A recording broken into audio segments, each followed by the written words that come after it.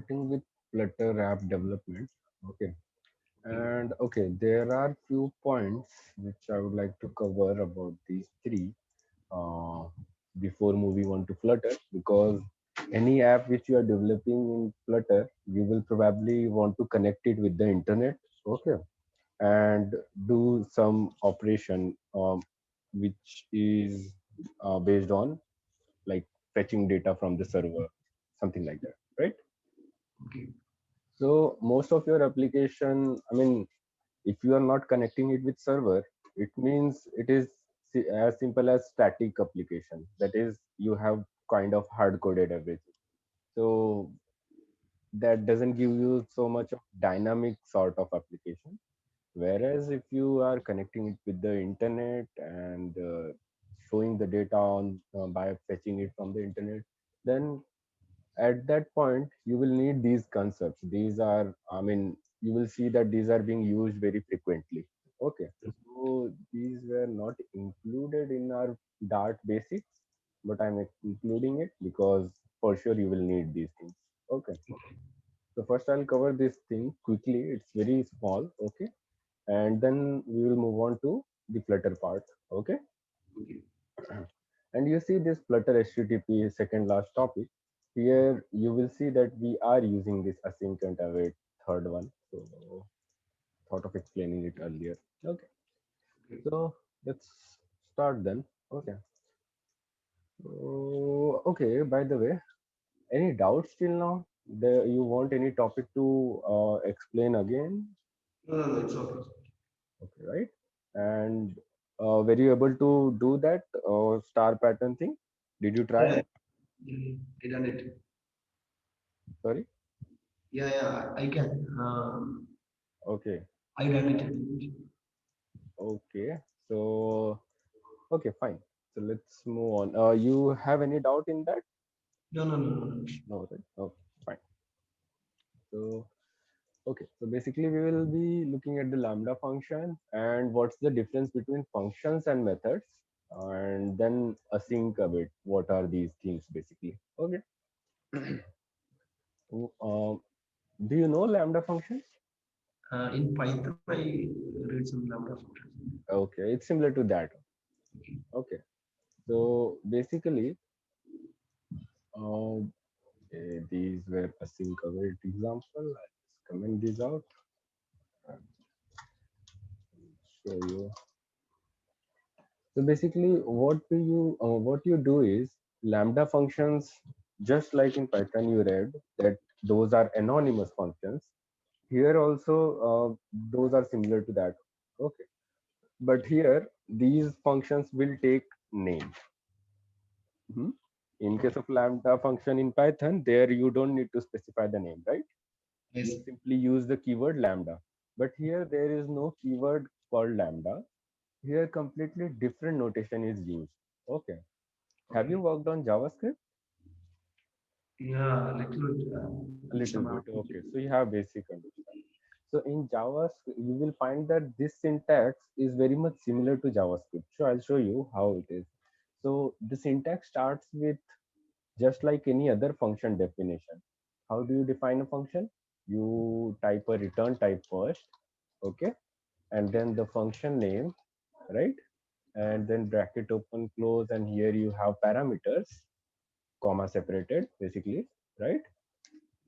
And then you normally what you do, you have a curly brace, right? And yes. then you put all the statements over here. You do statement one, and then you do statement two, and then you return some value which is of type return type. This is normal definition. Okay. So in case of lambda, it's exactly same. I mean, not exactly. It's little bit same. Just a little bit of modification. I'll show you. So till this part, it remains the same. Only thing is, lambda functions always have only one statement in it. Okay. So basically, you can write like this: return and then some value or some expression which will result in value. Okay, Okay. so this function, this is normal function because you have used curly braces. So whenever you come across such scenario, you can convert this into a lambda function. How can you convert? You just need to remove this curly brace, okay, Okay. and return word or keyword and just put a arrow function. This is called arrow function in JavaScript. Okay, hello. I can hear. I can hear. Yeah. So this is called arrow function equal to greater than. This symbol is called arrow function in JavaScript. Here also we can call it like this. And here in we use expression which will be returned. Okay. Or any value, any constant value also you can put here. That will automatically get returned whenever this function is called. Okay. So this is about definition. We will see one example quickly. Okay.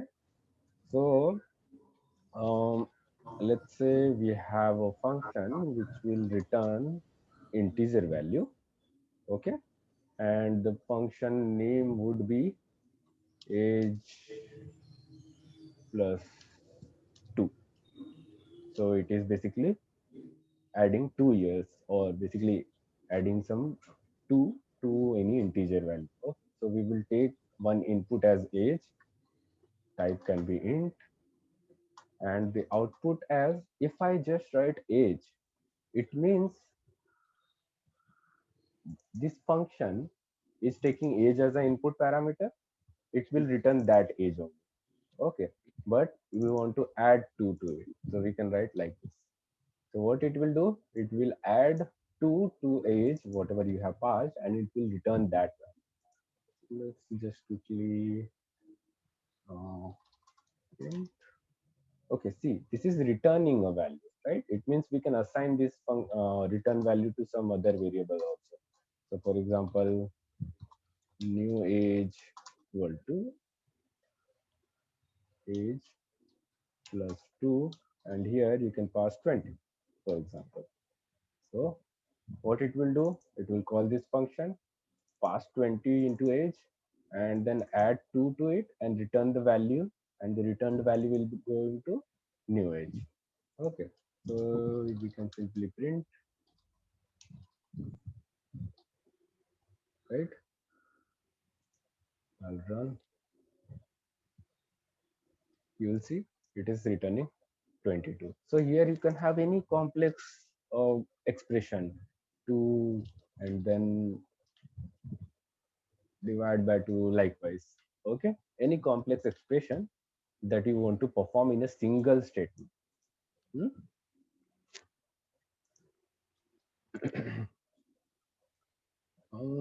And yeah, and here also you can have that optional parameter. Okay.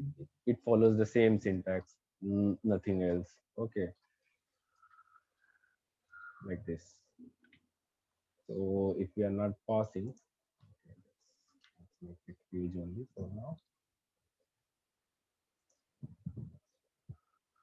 So it will continue to work, right? We can pass extra parameter as well. So yeah, I mean, it basically has everything that is uh, that can be done with the normal function. It's just that it holds only single statement in it, Mhm. and we get rid of these things, curly braces and the return keyword. Just remember this part, curly brace and return keyword. We need to remove those, and whatever value you want to return, just type it directly over here. Okay, Okay. use this. And once you are learning JavaScript, you will see that this is very commonly used over there. It is called arrow function. Okay, Mhm. it is latest JavaScript version that provides this feature. Earlier JavaScript did not have this facility, but now it has. Okay, there are much more thing in JavaScript, so you will learn when you are learning that thing. But just wanted to correlate so that when you are moving to another language, you will find it easier to learn. Okay. Okay, so these are lambda functions basically. I'll just make a quick note so that you can refer in. later on, just like normal function definition. Okay, without curly braces and return keyword. Use arrow. Okay, so syntax would be return type, function name, uh, comma separated params, arrow, and the expression which will evaluate to a single value. Okay, Okay. so this is the basic syntax of Lambda function. Okay, now coming to functions and methods. What is the difference between these two? Methods is associated with some objects, but function is like that. Yes, so functions are independent entities, you can say, right?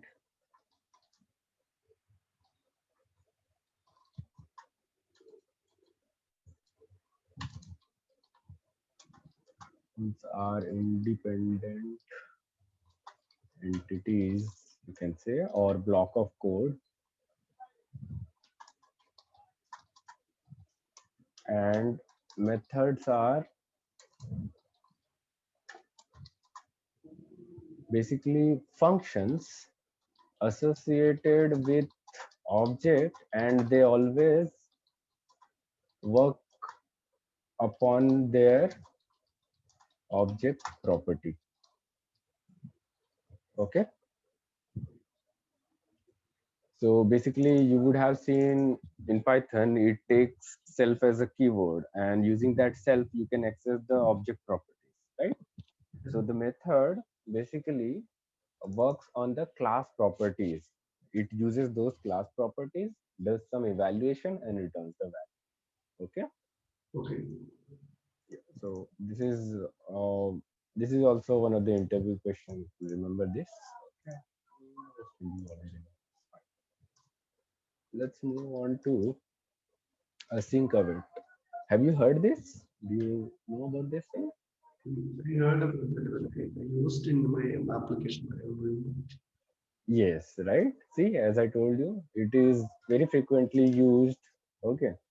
Uh, so I'll tell you what it is basically. So in JavaScript, it's called promises. Okay, and this async, full form of async is asynchronous. So what do you understand by asynchronous and synchronous?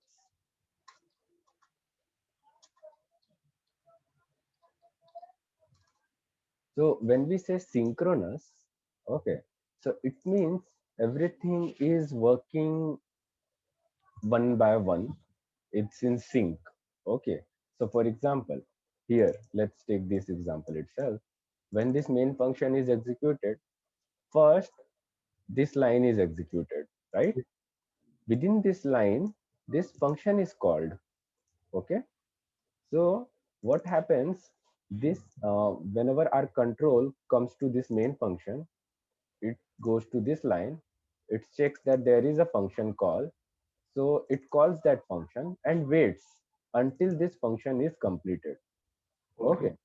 So once that is finished, then only it moves on here, and whatever value it had stored over here, it just passes on to this print function, and print will return, print it to the console. Okay. So basically you saw how the controller is coming here and it was waiting for this function to finish. So this process is synchronous basically. It is continuously waiting and then moving on to the next. Whereas in case of asynchronous, what it does, it comes to here, calls this function and moves directly to the next line. Okay. It doesn't even wait. So if that is the case, what will happen? That this function might not be completed and it is here. And when we try to print this, we might not have any value over here, right? Okay. Yeah. So this is the overall idea. Like whenever a function is taking much more time or it is not a synchronous function, by default these are synchronous in nature. Okay, by default Dart language or Dart functions, everything is a synchronous one, but you can make them asynchronous. When I say asynchronous, it means it will take more time and the control will not wait for them to finish. Okay, so we will see how to create async methods or functions,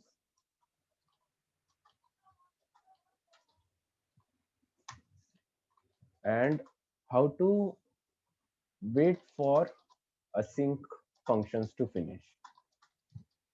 I think now you would have got the idea what is the use of async and await.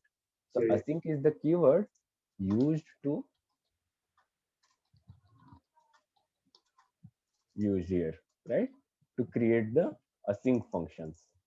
And await keyword is used here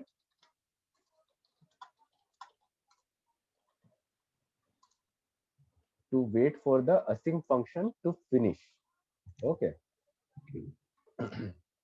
So we'll see that example now. So just remove this lambda function part now. I have some snippet available here. Let's comment this also for now.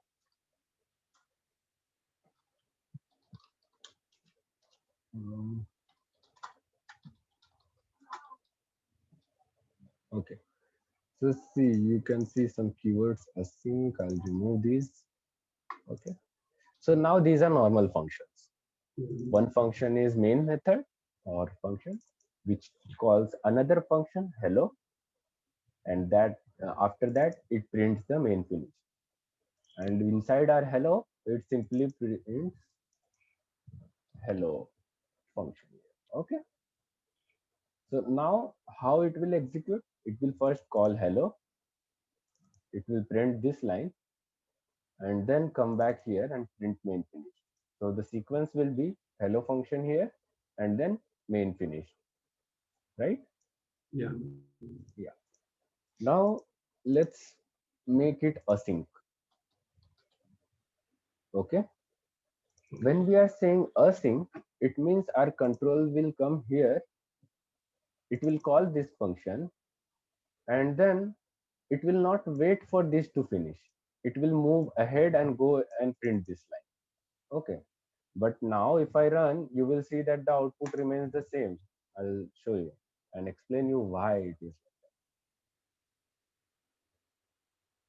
So see, hello function here, it is called this and Mhm. printed this line and then this. But as per our concept, the control should not wait for this thing to finish, right? But since we only have one line and the process is very fast, we are not having any delay over here. It didn't take much time. So that's why the sequence remained the same. But if we introduce some delay, okay, see, this feature is a library, not library, this is a class basically, okay, and it has delayed function. We will learn about this in detail when we are working with the HTTP part, okay, here. So just for now, just remember that this is a class which will allow you to introduce some delay into the program. Okay, so this I'll just write it again so that you will learn how to what parameters it takes.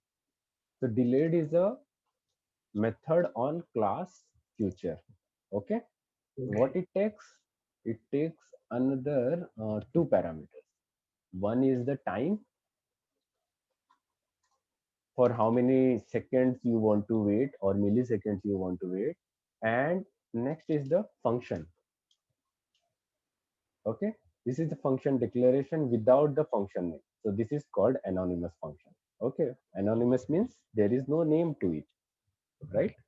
General meaning of anonymous word is like one which who do not want to disclose his name. Okay. So this is an anonymous function. and within this block you can write any statement. Okay. Okay. Also, it's not necessary to have a function like this. Even you can have function like this, arrow function, right? If it is just one line, we can write it in a arrow function format as well, right? Delayed output. Now how to pass this time?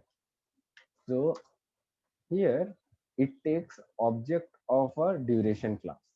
So we create a constant duration, and this class takes different attributes in its constructor. Okay. So it takes milliseconds. Also, you can pass second as well. So for now, I'll just pass 1000 milliseconds. So it will wait for 1 second. Okay.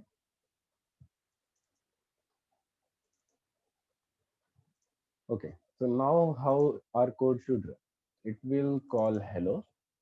It will go here, print this line. Then here we are introducing some delay into our program. First parameter is 1000 milliseconds. So it means it will wait for 1 second and then it will call this function. And this function will simply print delayed output. Okay. It will print after 1 second. So before even this 1 second completes, this should get printed, right? Because our code is not waiting. Hello, see, right? Our code is not waiting for this asynchronous function to finish.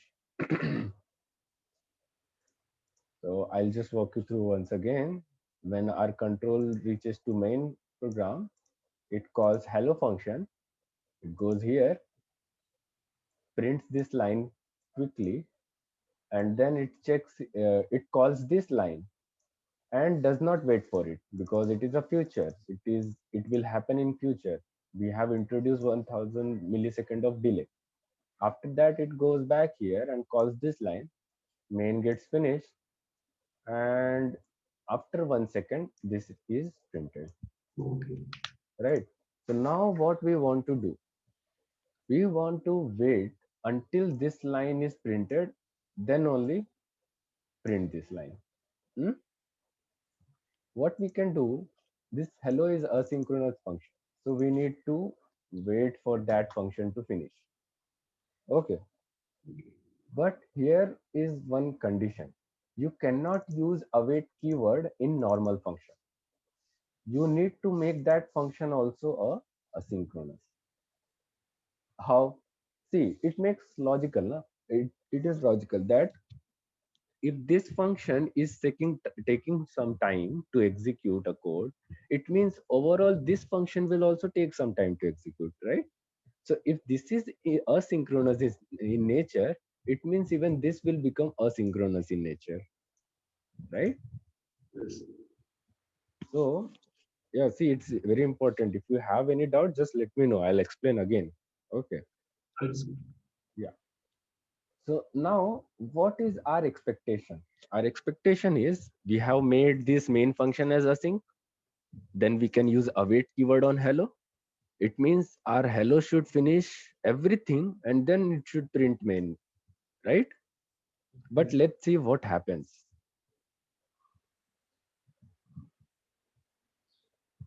See, again it gave the same output. How? We have used await, right? See, now the key point here is where you are using the await keyword.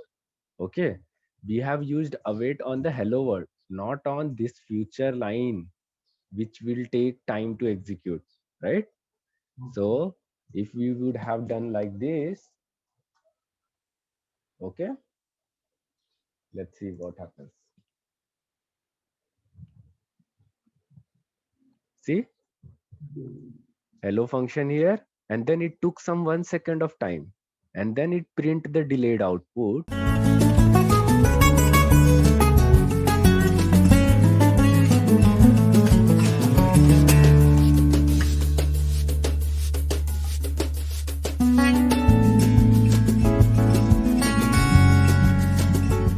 And and after that it finished the main.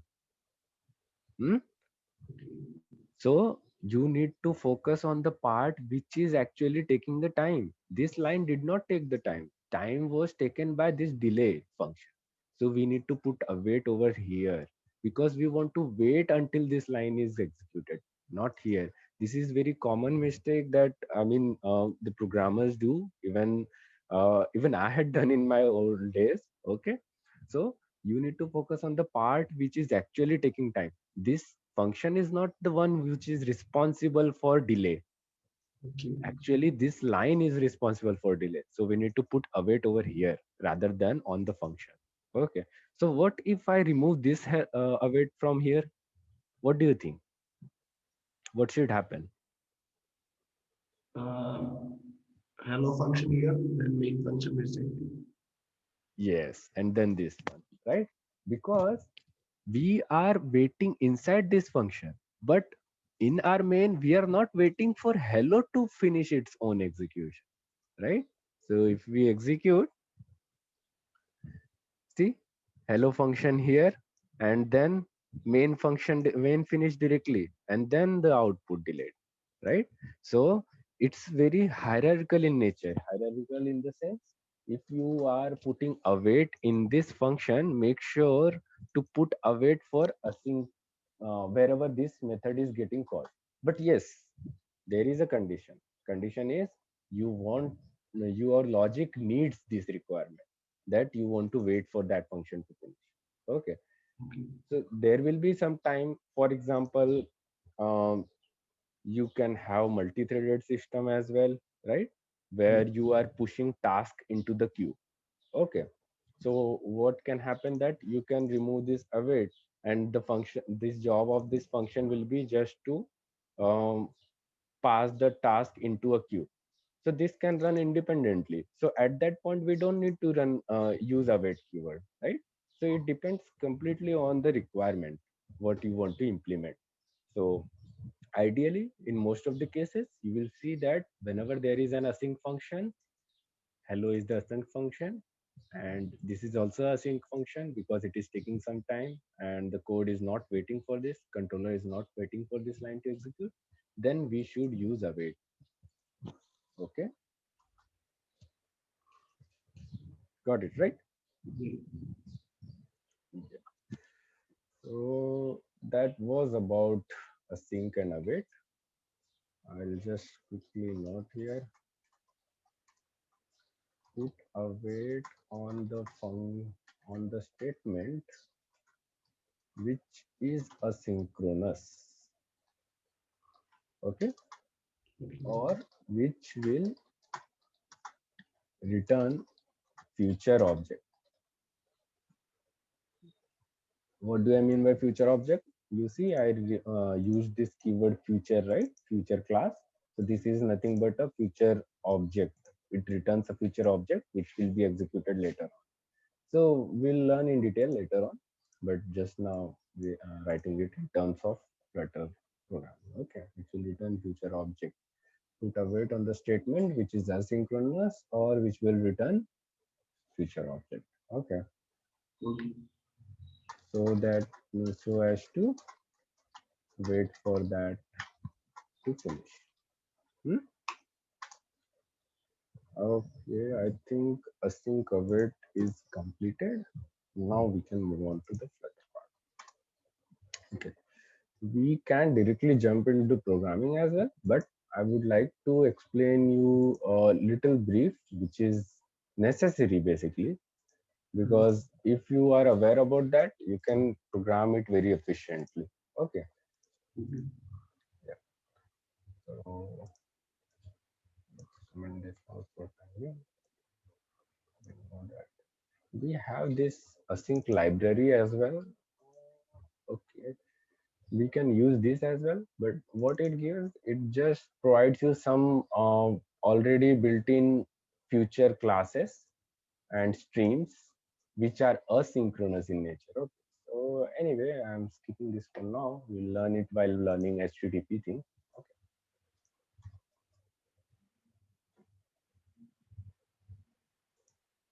okay. So let's move on to our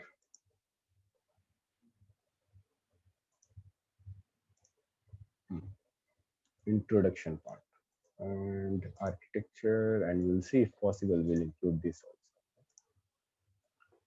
So introduction of the Flutter. So what have you understood till now in the Flutter part? I think I had told you about what is Flutter. Do you remember? Yeah, yeah. So can you just tell me? It's a framework. We can develop both iOS and Android app. Yes. You can use So language to program in Flutter. yes. So this is a framework, uh, but there are a lot of different frameworks for different purposes. So this framework is mainly a UI framework, okay, Okay. user interface framework, and this is mainly for the mobile, okay. But you can use the code which is written in Flutter, and you can use that code to convert your mobile app into a desktop application as well, that is Windows application or Mac OS application or Linux application as well, okay. So basically Flutter is a mobile UI framework, okay, and it is uh, see, when I say it's mobile UI framework, so it means for developing applications for the mobile platform. Okay. Hmm? Yeah. But it is possible to convert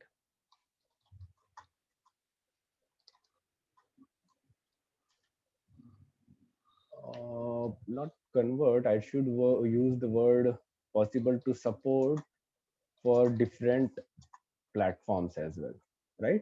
So you can write a code once, and then using some other tools, for example there is something called electron.js and other tools available which helps you to use your mobile application code, and using that same application you can generate a desktop application, okay. So basically uh, various desktop or mobile or iPad applications platforms basically, okay. So when I say desktop, it includes everything: Mac OS, then Windows, and your this thing as well, Ubuntu, Linux. Hmm? Okay. And yeah, as you rightly said, that it helps you to develop Android and iOS both um, applications which depends on Android platform and iOS platform. You just need to write the code only once, right? Uh, what about the history of it, Android? How we used to write the code in Android? What? If we just wanted to develop the Android code and we are not using Flutter, then we had to use Java. Java, right? Java Kotlin. Yeah. Now recently, Kotlin started. Okay. And in case of iOS, we use C and Swift programming language, right? So this Flutter gives you advantage that you can write the code in Dart language, and it will do the job of converting your application for platform specific Android and iOS both. Okay, and then using the same code you can generate for different platforms as well. Hmm? Okay. And this framework, normally, why do we call it a framework? What do you understand by framework? I mean, and you have idea in it? So, okay, let me explain. So basically, a framework is, you can say, package or a platform, you can say, okay, for developing applications. That application can be anything: mobile application, desktop application, or your iPad application, whatever. So in general, framework means this one. This is general framework concept. Okay. Okay. Yeah. So this is a package we are saying, or platform. It means it includes some built-in, includes ready to use libraries which are platform specific. Okay, so it means it has already included the libraries which are required for the platform on which we want to develop this application code. Okay, so this is internally used by the framework. We don't need to worry about it. That's why we simply use the libraries. We include the code like just we do with the future and all. Okay, and when we were creating Q, we had included that core collection library, right? So those libraries are ready to use. So we can use it without even worrying about which platform we are coding for. Hmm?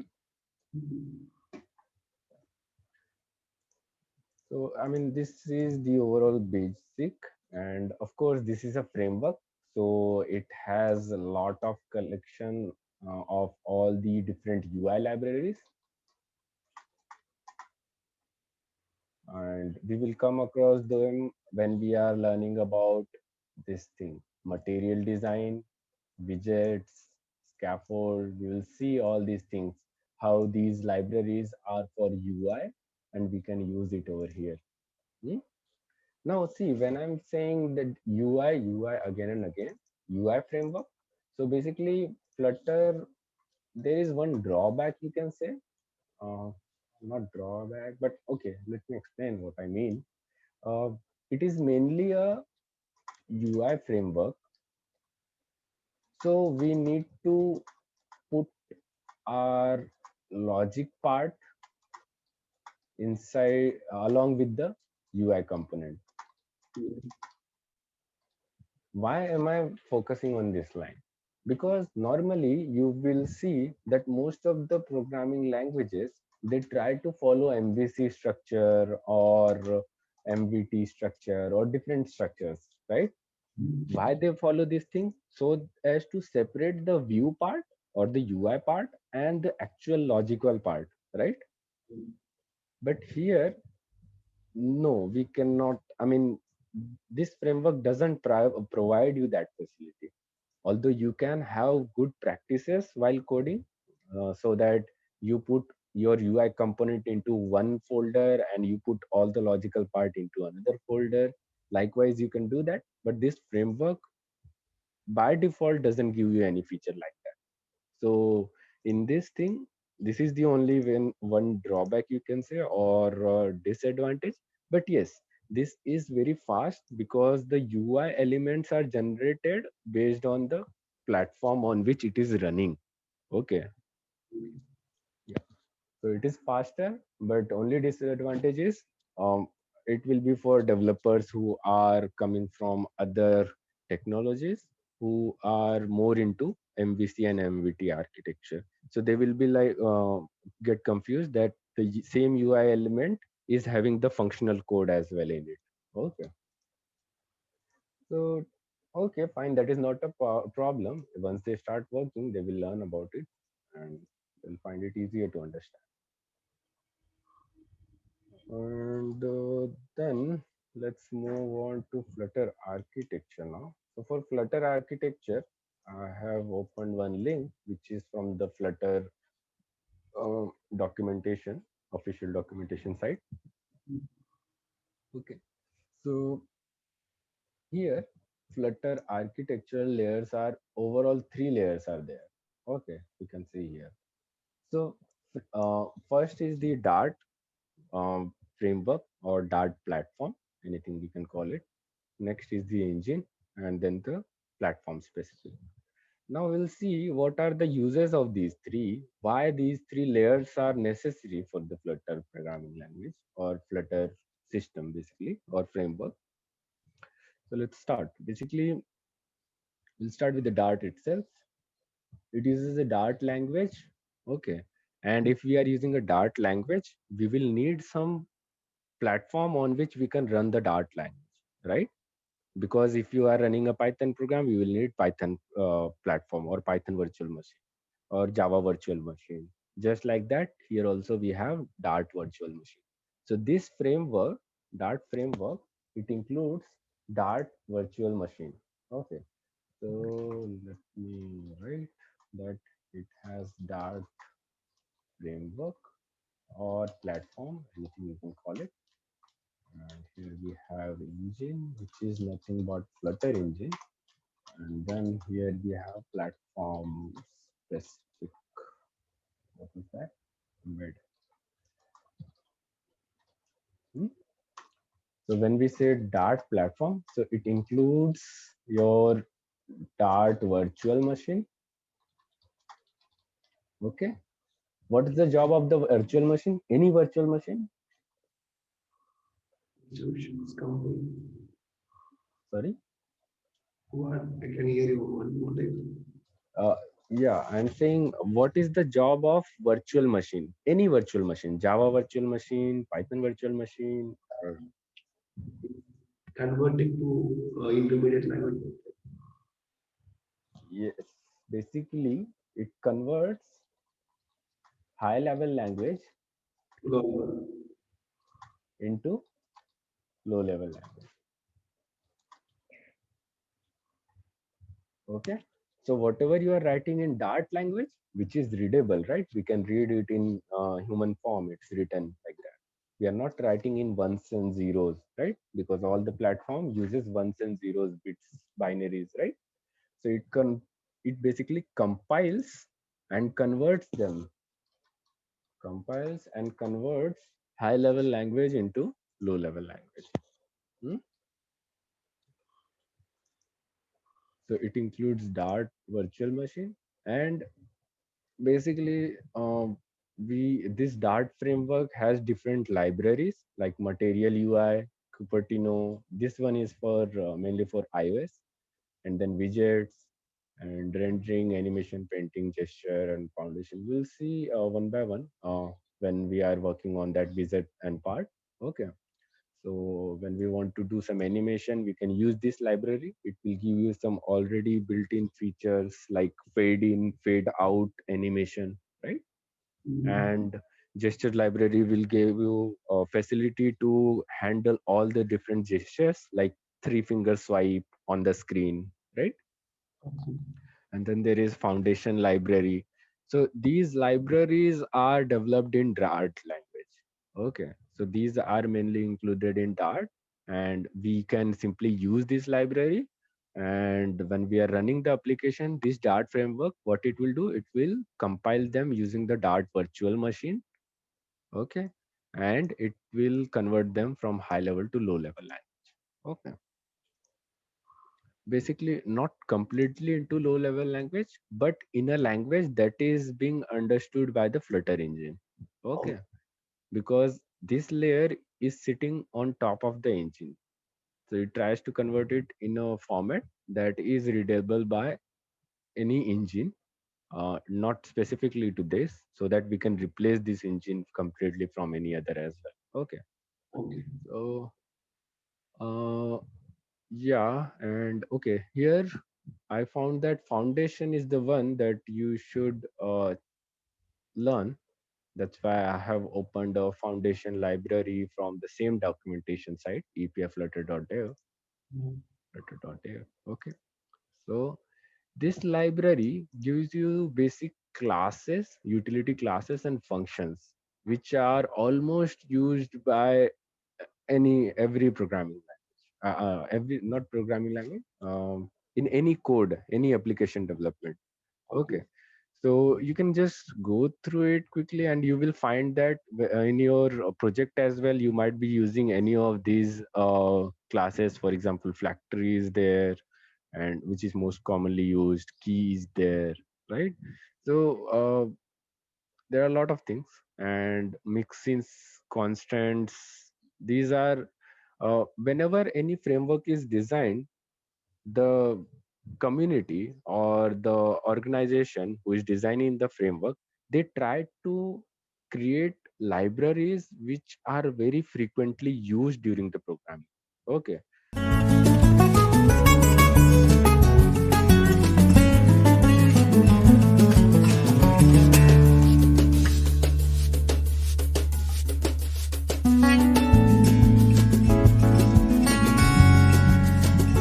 So we should always try to see whether any function is already existing in this framework rather than implementing it. Okay. Okay. So this is called best practices when you are programming in any language. Okay, don't try to repeat yourself. It is called dry methodology. You would have heard, right? Mm. Yeah. No, then I'll just outside of this topic. So dry means don't repeat yourself. It's a short form of that. Okay. So uh, this methodology you should follow in every programming language. Every. Okay. No matter what. And even interviewer will ask you what are the best practices that you are following when writing a code. Then you should say I will not try to repeat the code. Okay, because it will it's straightforward. It says do not repeat yourself. It means don't try to repeat the same code which is already written by the framework, right? If it is already there, we can simply use it rather than writing it again. Why to put extra overhead on the application, extra overhead on the virtual machine or on the engine, right? Mm. So you should always try to maintain this methodology. So that's why if you want to implement any basic function, for example, you want to filter some item from list. Okay. So don't go ahead and just simply write for loop and then check if the item is matching, then return or print that item. Don't do this. Why? Because this is very basic thing. This is already implemented by a framework.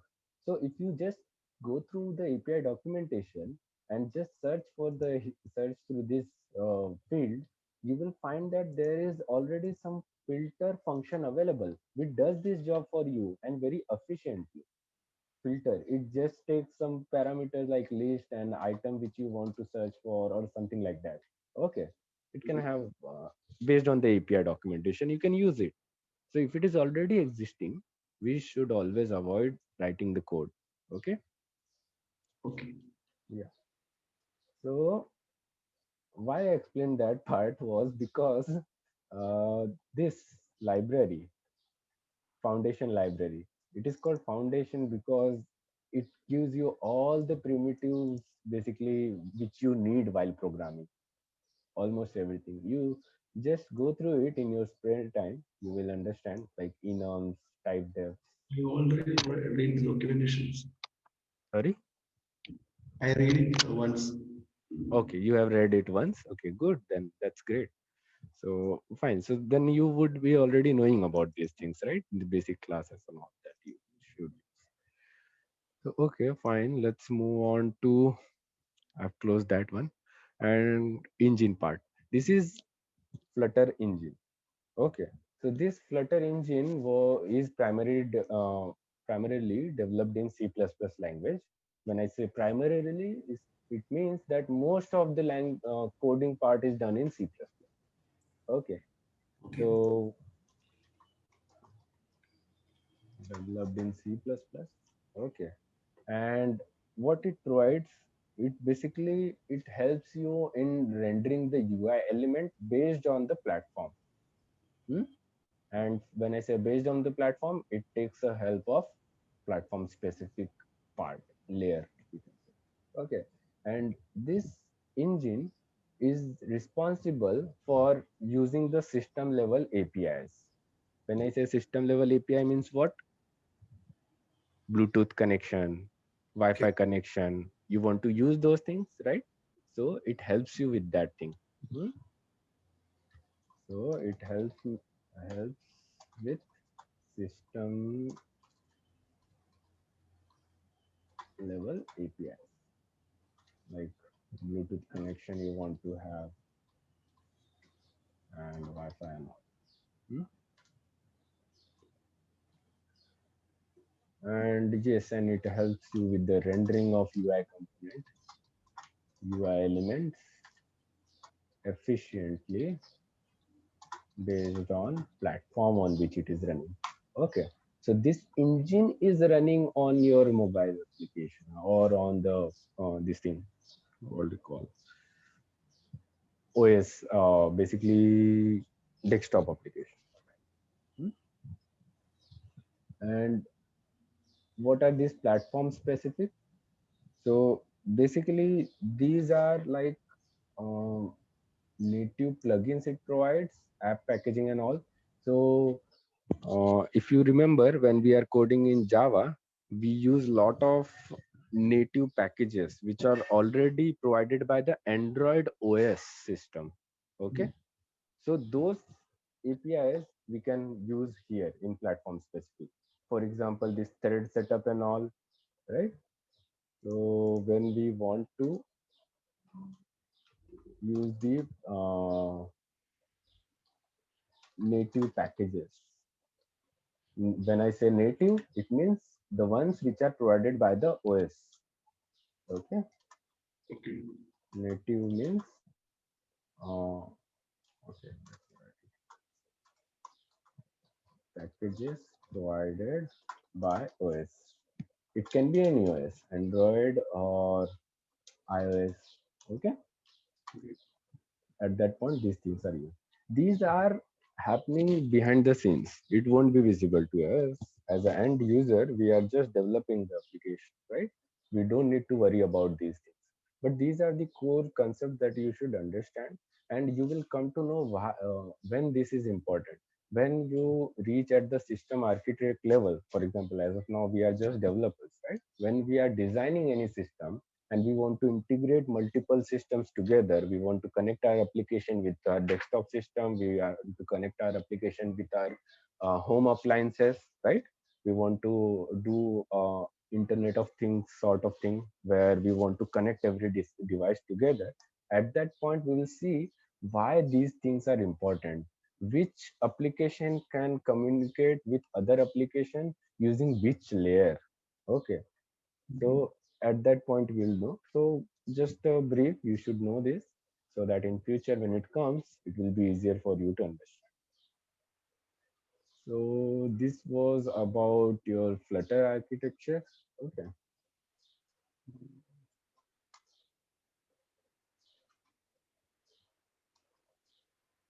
And here comes the development environment. Okay, and in engines, basically I had opened two new tabs basically.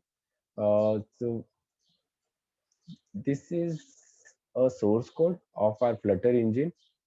Hey, by the way, do you understand the meaning of open source? Yeah, yeah, I'm using it. Sorry. Open source means we can take anything. Open source. Linux is open source like that. Yes. So when we say Linux is open source, it means the ones or the organization who designed this Linux system have their code published publicly. So it means anyone can see the code what they have written, and anyone can copy their code and modify it as per their need. Yeah, Okay, so even Flutter is an open source framework. So you can simply, if you want to see any open source code, you can write like this: Flutter and code, and press enter, and you will see GitHub link available. Where is that? Yeah, these are the samples, but yes, you can. Just a minute.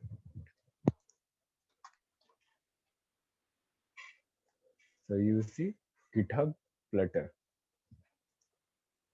So this is the Flutter framework basically. You can go through any part of the Flutter framework and see how they have implemented all those layers and how these libraries are being exported to us. Okay. So yeah, I think this completes our architectural part. Just read through this documentation and see if you can understand, and if you have any problem understanding any point, just let me know. Okay. Okay, I just saw this term, reactive user interface. What do you understand by reactive? reactive means So I'll explain. So basically, reactive in a sense that whenever user is interacting with the platform, for example, there is one UI element called text field, and then there is another UI element called submit button. So once you click on that you text field, it gives you keyboard popped up. You just type anything, and that whatever you have typed, it is rendering over there, right?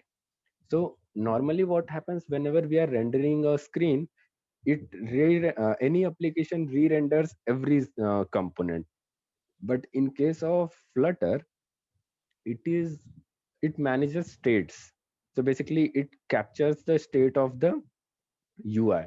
Whenever it has rendered, it remember what was the state.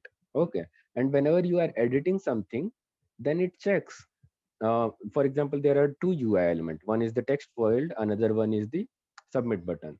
So it checks which one is modified. You have modified only the text field, so it will just re-render that part only. It will not re-render everything. Okay, so this is how it efficiently refreshes your screen, and that's why this part is very faster. Okay, and this is just part of it that I'm saying, but there is much more to reactive user interfaces that it uses that state management thing. Okay, Okay. yeah. So you can see over here in most traditional UI frameworks, the user interface initial state is described once and then separately updated by user code at runtime in response to events. But here, in case of this, it is automatically handled by that. Okay, we'll see in detail when we are programming about state management and all those things. At that point, we'll see. Okay. Okay. So this covers the architectural part. I just want to finish the conceptual part now so that in next session we can directly jump towards the coding part, right? And see how we can implement. So development environment, I'll just quickly go through the official side, how we can set up the system. I hope you are already working. It means you have already set up this thing, right? Yeah. Yeah, so you are working on Windows, I'm working on Linux. So I can select any of that and do all these setups. For example, hey, do you know about Git? Have you used it, Git? Yeah, I'm using it. Yeah, you're using it. Great. So basically, see the Flutter code, open source code we saw, right? So we Yeah. can clone from there and we can switch to any stable version uh, and then set it as a path environment into our system so that whenever we run a Flutter command, it uses that same code base to execute. Hmm? And Flutter Doctor is something which checks whether This all one. the requirements are satisfied into your system, right? So yeah, I think since you have already set up, so I don't need to go in much detail, right? Yeah. If you have any doubt on this part, just let me know. I'll explain. You know this command, which Flutter? The version. This which is a keyword which is used in Ubuntu or Mac OS. So it's not related to your Windows, but this is general keyword into our Ubuntu and Mac, which shows that this Flutter is coming running from which directory. So when we see which, then it will show you the directory from where the Flutter is running. Okay. Okay. Okay, yeah. So I think yeah, and probably I would like you to set up Android Studio at your end for practice. Okay, I'll be using Android Studio because I'll be running the application in the emulator, right? Otherwise, when I'm running in mobile, then there will be difficulty in sharing the desktop and mobile both, right? So I'll be using Android Studio. So it's good that you just go through this documentation over this weekend and try to set it up. And if you face any problem, just let me know. In the next session, I'll help you out with that. Hmm? Flutter is SDK that I'm working in Flutter. No problem with that. Sorry, your voice is echoing, so it's not clear. I told you now, my earphone is gone. That's why. Can you repeat what you just said? Yeah, I already set up my flutters. There is no problem. So Okay, even in the Android Studio? yeah, in our understood. Oh, that's great. Okay, then in next session we can directly jump onto the coding part. Okay, so I'm planning to explain you a little bit of concept and then the implementation of it for every topic in it. Okay, so first we will give some 10 to 15 minutes to read on that part. There isn't much to know. Basically, these are the libraries. We just need to know how to use it and what are the best ways to implement those, best ways to use them. Okay. Okay. Monday, Tuesday, I cannot join. Monday, Tuesday. You... I have one doubt also. Can I ask you? Yeah, yeah, sure, please. While developing in Flutter applications, I'm facing some layout builder problem. Yes, that layout builder problem you will see here when we are working on the widgets and layout part. That's doubt is I have to mention can I have to mention every page that you know that screen size. Sorry, any every page? What? Can I have to mention Mm-hmm. what the screen size I want to develop means that responsive layout I need. So Ah, I have to mention okay. every page or Mm-hmm. one page. Mm-hmm. So basically, whenever you are designing a mobile application, you need to design in such a way that it should run on most of the devices because we have different devices which will have different screen size, right? So we should avoid hard coding any values to the screen size. Okay. We'll show how to handle those parts when we are working with the layout widgets in detail. I'll explain you what are the best ways to do that. Okay, and we'll learn that about in next coming sessions. Okay, so don't worry about it.